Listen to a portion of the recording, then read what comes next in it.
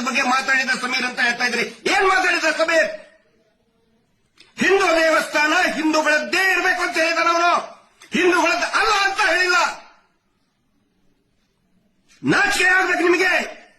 ಒಂದು ಅತ್ಯಾಚಾರ ಪ್ರಕರಣದಲ್ಲಿ ಒಂದು ಹೆಣ್ಣು ಮಕ್ಕಳಿಗೆ ಧ್ವನಿ ಎತ್ತದ ಇಂತ ಸಮೀರನ ಬಗ್ಗೆ ಹಿಂದೂ ಮುಸ್ಲಿಂ ಮಾಡ್ತಾ ಇದ್ದೀರಿ ನೀವು. ಶ್ಯಾಮ ನೀವು.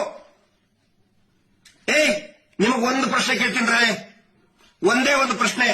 ನಿನ್ನ ಮನೆ ಹೆಣ್ಣು ಮಗಳಿಗೆ ನಿನ್ನ ಮಗಳು, ನಿನ್ನ ತಂಗಿನೋ, ಹೆಂಡತಿನೋ, ತಾಯಿಗೋ ಯಾವನಾದ್ರೂ ಒಬ್ಬ ಕಿರಾತಕ ಹಿಂದೂ ಎತ್ಕೊಂಡು ಹೋಗಿ ಹಾಳು ಮಾಡಿದ್ರೆ ಆಯ್ತು ಬಿಡಪ್ಪ, ನಾನು ಹಿಂದೂ, ಅವನು ಅತ್ಯಾಚಾರ ಮಾಡಿದವನು ಹಿಂದೂ, ಹೋಗ್ಲಿ ಬಿಡು ಅಂತೇಳಿ ಸುಮ್ಮನೆ ಬಿಡ್ತೀಯ ನಾಲಾಯಕ್?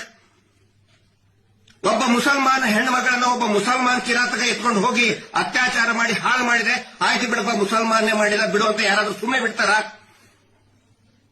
ಕ್ರಿಶ್ಚಿಯನ್ಗೂ ಕೇಳ್ತಾ ಇದ್ದೀನಿ, ಜೈನ್ಗೂ ಕೇಳ್ತಾ ಇದ್ದೀನಿ, ದಯವಿಟ್ಟು ಈ ಸುಳ್ಳು ಸುಳ್ಳು ಪೋಸ್ಟ್ ಹಾಕ್ತಾ ಇರುವಂತ, ವಿಷ ಉಳ್ತಾ ಇರುವಂತ, ಹಿಂದೂ ಮುಸಲ್ಮಾನ್ ಅಂತ ವಿಷ ಉಳ್ತಾ ಇರುವಂತ ಪೋಸ್ಟ್ ಗಳನ್ನ ದಯವಿಟ್ಟು ನಂಬಬೇಡಿ. ಸಮೀರನ್ ಮೇಲೆ ಸೋಮೋಟೋ ಕೇಸ್ ಹಾಕ್ತಿರಲ್ಲ ನೀವು, ಸ್ವಯಂ ಪ್ರೇರಿತ ದಾಖಲೆ, ದೂರು ದಾಖಲೆನ ಮಾಡಿದ್ರಲ್ಲ, 299 ಅರೆಸ್ಟ್ ಮಾಡೋದಕ್ಕೆ ಬರೋದಿಲ್ಲ. ಸುಪ್ರೀಂ ಕೋರ್ಟಿನ ಆದೇಶ ಇದೆ. ನಿನ್ನೆ ಪೊಲೀಸರು ಬಂದು ಅರೆಸ್ಟ್ ಮಾಡಕ್ ಬಂದಿದ್ರಿ. ಈ ಕೋಮು ಗಲಭೆ ಎಬ್ಬಿಸ್ತಾ ಇರುವಂತ ಫೇಕ್ ಅಕೌಂಟ್ ನಲ್ಲಿ ಹಿಂದೂ ಮುಸಲ್ಮಾನ್ ಮಾಡ್ತಾ ಇದಾರಲ್ಲ, ಅವ್ರ ಮೇಲೆ ಯಾಕೆ ಸೋಮೋಟೋ ಕೇಸ್ ಇವತ್ತಿನವರೆಗೂ ರಿಜಿಸ್ಟರ್ ಆಗಲಿಲ್ಲ ಅನ್ನೋ ಪ್ರಶ್ನೆಯನ್ನ ನಾನು ಕೇಳ್ತಾ ಇದ್ದೀನಿ.